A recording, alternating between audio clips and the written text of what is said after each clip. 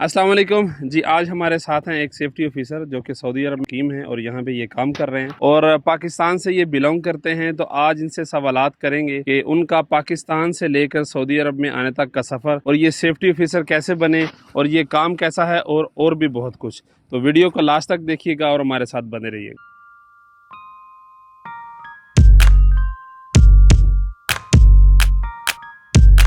जी अस्सलाम वालेकुम। वालेकुम सलाम। कैसे हैं भाई? ठीक है अल्हम्दुलिल्लाह जी। ज़बरदस्त। सबसे पहले अपना नाम बताइएगा। मेरा नाम बदर बिन तारिक है और आप पाकिस्तान में किस सिटी से बिलोंग करते हैं? मैं वाकैंड से बिलोंग करता हूँ।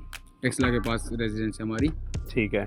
अच्छा, आपसे कोई सवालात करने जी हैं प्लीज़। कि सबसे पहले ये बताएं कि ये सेफ्टी क्या चीज़ है? अच्छा देखिए, सेफ्टी जो है ना वो आप कह सकते हैं कि safe culture of work at the work site है। सेफ़ कल्चर है, ठीक है। इसको हम प्रमोट करते हैं कि जहाँ देखें, जब भी कोई भी साइट है, कोई भी वर्क साइट है, उसमें एक तो वर्क फोर्स है जो कि ह्यूमन बीइंग है, ठीक है, और दूसरा जो है वो इक्विपमेंट है जो कंपनी प्रॉपर्टी है, ठीक है। तो काम जो भी हमने कंस्ट्रक्शन कर रहे हैं, जो भी हमारी प्रोग्रेस निकले इन दोनों चीज़ों की सेफ्टी के साथ। ना तो आपकी वर्कफोर्स को कुछ हो, ना आपके इक्विपमेंट को, कंपनी प्रॉपर्टी को कुछ हो। ये सेफ्टी है बेसिकली।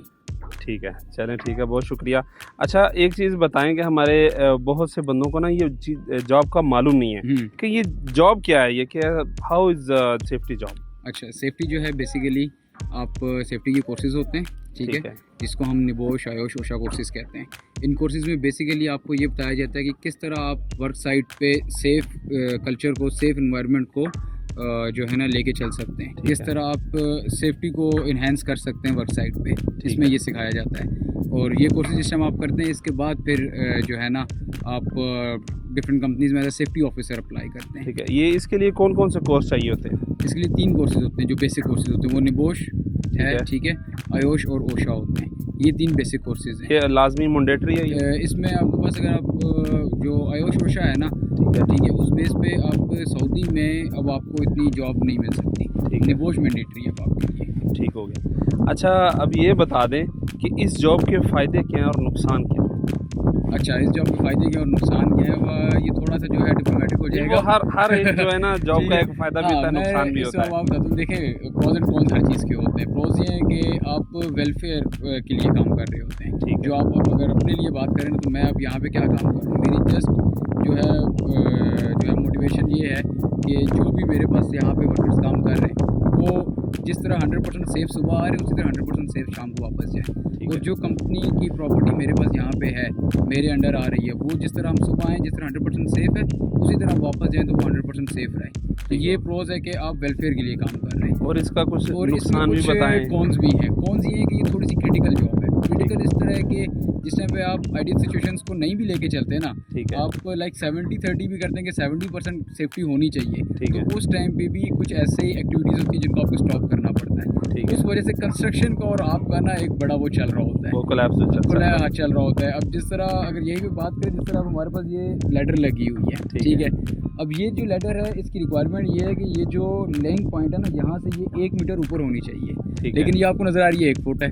अब अगर मैं ये कहूँ कि यार ये 1 मीटर ऊपर लेके और जाके मुझे प्रोवाइड करें, तो उतनी देर कोई कन्फाइंड में नहीं जाएगा, काम स्टार्ट नहीं होगा। तो वो एक जो है ना कंस्ट्रक्शन साथ हमारा चल रहा होता है। ये बहुत प्रॉब्लम होती है। हाँ, ये बहुत प्रॉब्लम। ये मतलब हर जॉब के लिए ये कोई ना कोई ऐसा सीन होता है कि वो जो है ना किसी न किसी जो है ना सेफ्टी की जो वर्क लाइफ है हमारी, जेडी ही ये है कि देखिए, एक साइड में ना बहुत से लोग होते हैं। एक कंस्ट्रक्शन डिपार्टमेंट होगा, ठीक है, जिसका काम है प्रोग्रेस को लेके चलना, जिसका काम है कंस्ट्रक्शन करना, काम पूरा करना। और एक उसके आप बिल्कुल टू सम एक्सटेंट कह सकते हैं, वैसे तो इन रियल टाइम जो है हम उनके साथ हैं, लेकिन टू सम एक्सटेंट आप कह सकते हैं कि इनके अगेंस्ट है, कि वो सेफ्टी होगा कि भाई इस तरह नहीं, इस तरह करना है आपने, ठीक है। तो वो एक जो है कंट्रडिक्शन बन जाती है कि नहीं यार ये हमें काम नहीं करने दे। मुझे समझ आ गया। हाँ। चलें, अभी एक बहुत ही एक बहुत ही ख़ास सवाल है कि आपका ये सफ़र सेफ्टी ऑफिसर में कैसे स्टार्ट हुआ?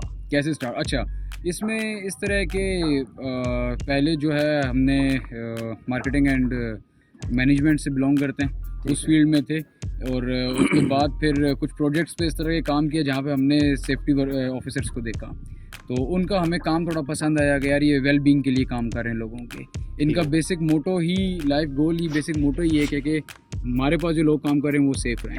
तो वहाँ और से थोड़ी सी आपने motivate किस हुआ। एजुकेशन के बाद इसको चूज़ किया? मैंने बैचलर्स किया हुआ है बेसिकली। उसके बाद हम आज़ाद कश्मीर से सीरियस लर्निंग हब के नाम से हमारी एकेडमी है, वहाँ से हमने निबोश का कोर्स किया और शोशा भी वहीं से किया। और उसके बाद फिर मैंने पाकिस्तान में काफ़ी टाइम जॉब किया है। इस्लामाबाद में मैंने 2-3 प्रोजेक्ट्स पे काम किया। उसके ठीक बाद है। फिर मैं अच्छा, सऊदी आया। एक और चीज़ है जी जी। कि आपने why you choose safety officer? अच्छा, इसमें अगर बीइंग वेरी ऑनेस्ट आंसर देना है या डिप्लोमेटिक होके चलना है? जो आपका देन है वो चलिए बताएं। बीइंग ऑनेस्ट होके चलते हैं। तो उसमें इस तरह है कि बेसिकली जो मेरी फील्ड थी वो मैनेजमेंट एंड मार्केटिंग थी। ठीक है, ठीक है। और मैं पाकिस्तान में रियल एस्टेट से मुतालिक था। ठीक है, और जब तक पाकिस्तानी कंडीशन अच्छी थी, अभी भी अच्छी है, लेकिन एक जो मार्केट जो था ना, टेन्योर अच्छा था, मार्केट टाइम अच्छा चल रहा था।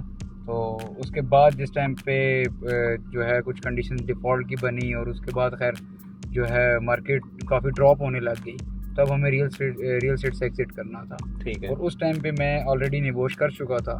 ठीक है, और रिलेटेड इन्फॉर्मेशन मुझे इसलिए थी कि हमारी अपनी एकेडमी है रावला कोट आज़ाद कश्मीर में, ठीक है, तो इसलिए मुझे रिलेटेड इन्फॉर्मेशन पहले से ही थी।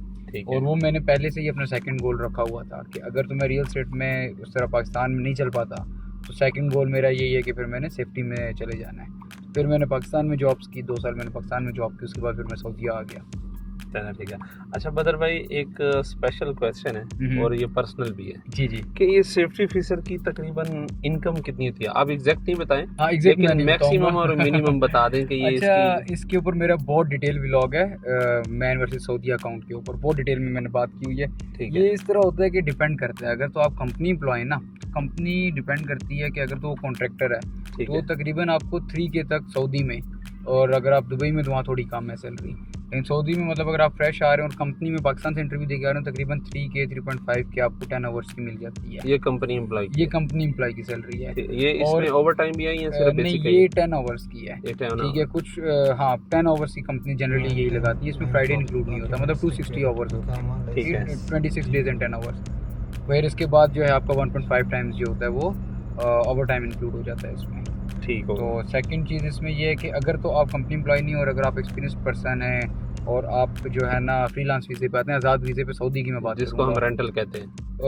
पहले फ्रीलांस वीज़े पे आते हैं, फिर आप अगर रेंटल जॉब करते हैं, ठीक है, ठीक है, किसी भी आप कॉन्ट्रैक्टर कंपनी में या किसी भी प्लांट पे कहीं पे भी आप फिर एज जो है फ्रीलांस वीज़ा होल्डर हैं और आप वहाँ पे रेंटल जॉब कर रहे हैं, ठीक है, तो फिर आपकी सैलरीज बहुत अच्छी हैं। अगर आपका एक्सपीरियंस कम है तो भी आप 20-22 एक्सपेक्ट कर सकते हैं। और अगर आपका नॉलेज अच्छा है, आपका एक्सपीरियंस अच्छा है, तो आप 38 तक भी जा सकते हैं एज अ सेफ्टी ऑफिसर।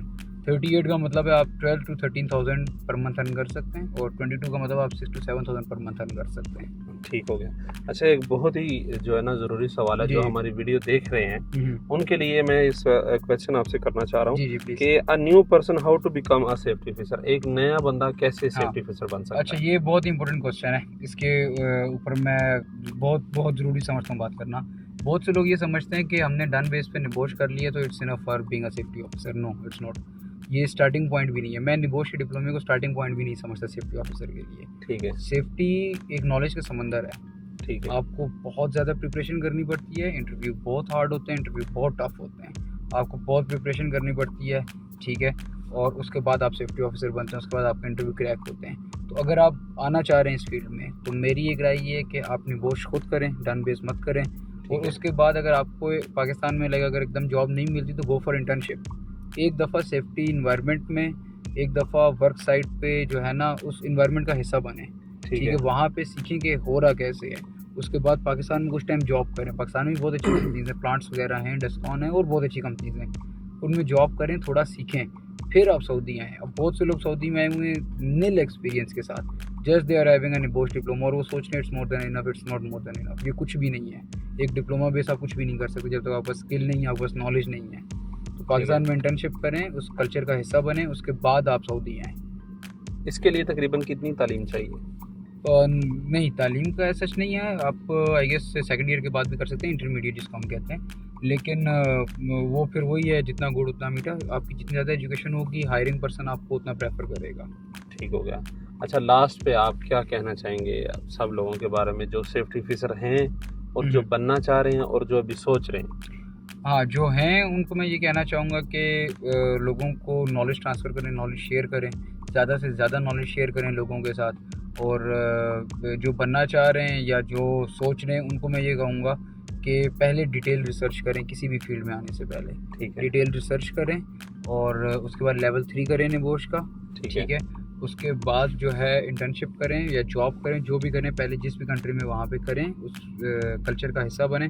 उसके बाद मूव टू गल्फ या जहाँ पे भी आप जाना चाह रहे हैं बाद में मूव करें। पहले अपने साथ एक्सपीरियंस जोड़ें, आपको पता हो कि साइट किस तरह की होती है, साइट पे क्या होता है। लाइक जिस तरह हम पहले रियल स्टेट में थे, डोंट नो कि साइट में क्या जो है एक्टिविटीज़ हो रही हैं। तो उस तरह अगर हम फ्रेश माइंड आ जाते तो आज हम इन प्रोजेक्ट्स पे ना होते।